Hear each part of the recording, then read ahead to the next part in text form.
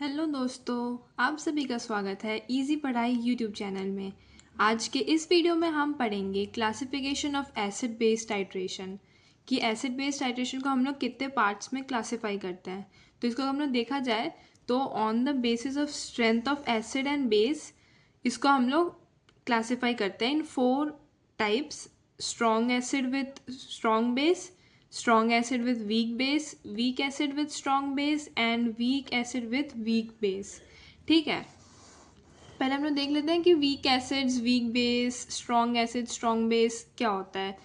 तो जो strong acids होते हैं दीज डिसोशिएट और आयोनाइज कम्प्लीटली, ये कम्प्लीटली पूरी तरीके से आयोनाइज हो जाते हैं in aqueous solution to form hydronium ions. क्योंकि ये एसिड है तो ये हाइड्रोनियम आयंस प्रोड्यूस करेगा हमारा वाटर में। जैसे है कि हमारा HCl प्लस H2O, तो वो H3O positive plus Cl negative. इसके एग्जाम्पल्स हो गए HCl, H2SO4, HNO3। ये सब हमारे स्ट्रॉन्ग एसिड्स के एग्जाम्पल हैं। ठीक है, अब हम पढ़ते हैं स्ट्रॉन्ग बेस। तो जो स्ट्रॉन्ग बेस होता है they also dissociate completely in an aqueous solution. बस इसमें क्या डिफरेंस होगा, एसिड होगा तो वो हाइड्रोनियम आयन बनाएगा और बेसिस होंगे तो वो हाइड्रोक्साइड आयन्स बनाएंगे। ठीक है, इसमें जैसे NaOH है तो वो Na प्लस और OH नेगेटिव बाहर निकालेगा वाटर में डिज़ोल्व करने पे। ठीक है, इसके एग्जाम्पल्स हो गए NaOH, KOH, LiOH।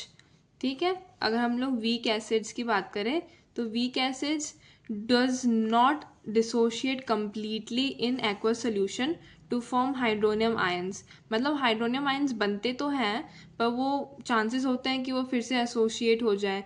तो इसलिए मतलब जो वीक एसिड्स होते हैं दे डू नॉट डिसोशिएट कम्प्लीटली, ये कम्प्लीटली डिसोशिएट नहीं होते हैं इन एक्वस सोल्यूशन। जैसे हम लोग CH3COOH देखेंगे H2O में, they form CH3COO negative plus H3O positive.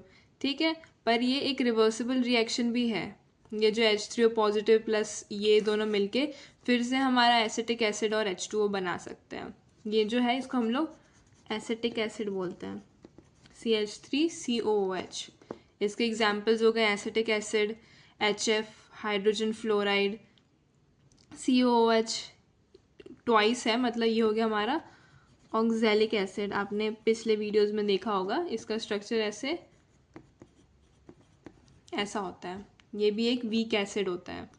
अब अगर हम लोग वीक बेसिस के बारे में बात करें तो वीक बेसिस भी फिर से वही, they do not dissociate completely in aqueous solution to form hydroxide ions.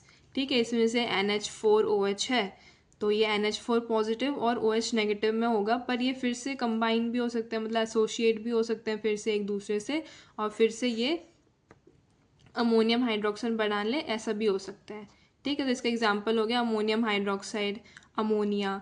ये सब हमारे वीक बेसिस के एग्जाम्पल्स हैं। अब अगर हम लोग देखें हमारा जो हमने 4 टाइप्स देखे टाइट्रेशन के, उसको अगर हम लोग चालू करते हैं तो हमारा पहला जो आता है वो होता है titration of strong acid with strong base. ठीक है, तो स्ट्रॉन्ग एसिड हमारा HCl हो गया, स्ट्रॉन्ग बेस हमारा हो गया NaOH। इन दोनों का जब रिएक्शन होगा तो यहाँ पे हमारे पास सॉल्ट प्लस वाटर बनेगा। तो जो सॉल्ट होगा वो होगा हमारा NaCl और जो वाटर होगा वो होगा हमारा H2O। ठीक है, तो इसमें क्या होता है, both acids and bases are completely ionized, reaction is fast and goes to completion। मतलब पूरा complete reaction होता है इन दोनों में। इक्विवेलेंस पॉइंट जो होता है हमारा नियर टू 7 pH पे ही होता है और sharp and steep pH change हमें शो होता है। अब जो नेक्स्ट टाइट्रेशन है वो हमारा होता है स्ट्रॉन्ग एसिड और वीक बेस के बीच में। तो जो HCl है वो हमारा स्ट्रॉन्ग एसिड हो गया, NH4OH है ये जो हमारा वीक बेस है, अमोनियम हाइड्रोक्साइड। इसका जब हम लोग रिएक्शन कराते हैं तो हमें बनता है अमोनियम क्लोराइड जो कि सॉल्ट है प्लस H2O वाटर। ठीक है, इसमें क्या होता है कि जो स्ट्रॉन्ग एसिड होता है वो कम्प्लीटली आयोनाइज हो जाता है, पर जो वीक बेस होता है वो सिर्फ पार्शली आयोनाइज ही होता है। मतलब जो OH नेगेटिव इसमें बनता है वो कम बनते हैं, तो OH नेगेटिव कम बनेगा तो इसमें क्या हो जाएगा कि जो इक्विवेलेंस पॉइंट है ना वो थोड़ा सा 7 से कम रहेगा।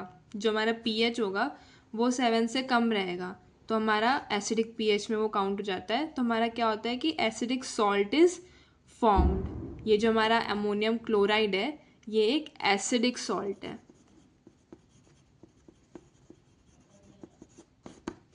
ठीक है, अब अगर हम लोग इसके बाद वाला देखें टाइट्रेशन, तो वो हमारा होता है titration of weak acid with strong base.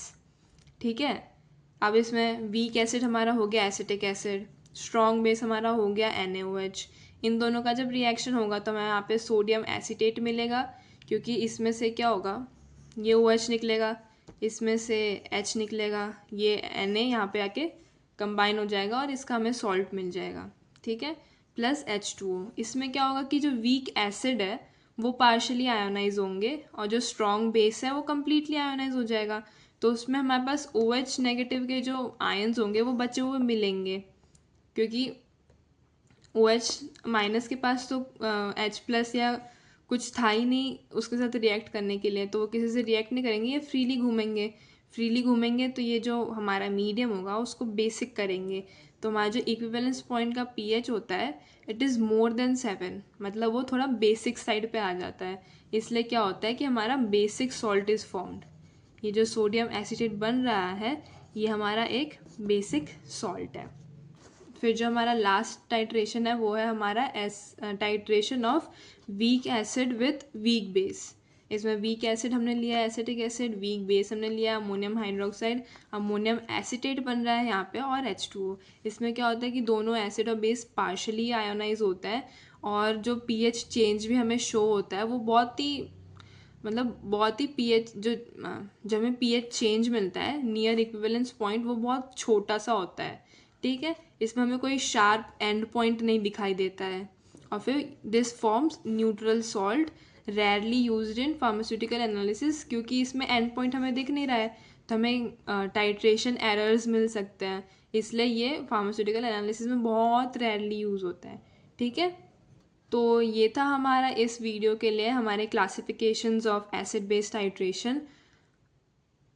Hope आपको ये वीडियो समझ में आया होगा। आपको कोई भी डाउट है तो आप मुझसे कमेंट सेक्शन में पूछ सकते हैं, और वीडियो अच्छा लगा हो तो वीडियो को लाइक करें और चैनल को सब्सक्राइब करें। Thank you.